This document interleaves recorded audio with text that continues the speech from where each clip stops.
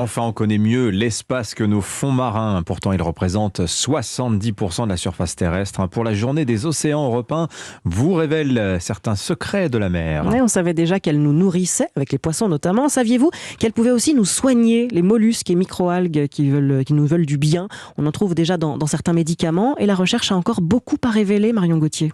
Dans les abysses, de quoi peut-être guérir du cancer. Au Centre Atlantique à Nantes, des chercheurs se penchent depuis des années sur une molécule issue d'une bactérie des fonds marins, détaille Sylvia Colliec-Jouot de l'Ifremer.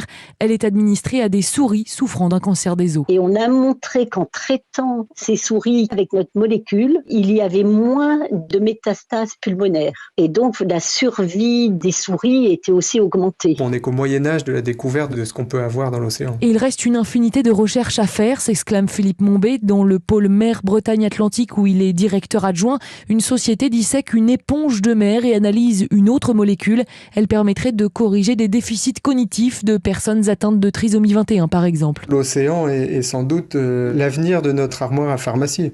Il est essentiel de les préserver parce qu'aujourd'hui les océans ils ont ce potentiel réservoir de molécules qui peut nous aider à mieux vivre et à guérir des maladies qu'on n'arrive pas à guérir aujourd'hui. Et la France tient un rôle essentiel. Elle a la deuxième zone économique exclusive du monde, le deuxième plus gros potentiel de découverte sous la surface de ses eaux territoriales. Marion Gauthier.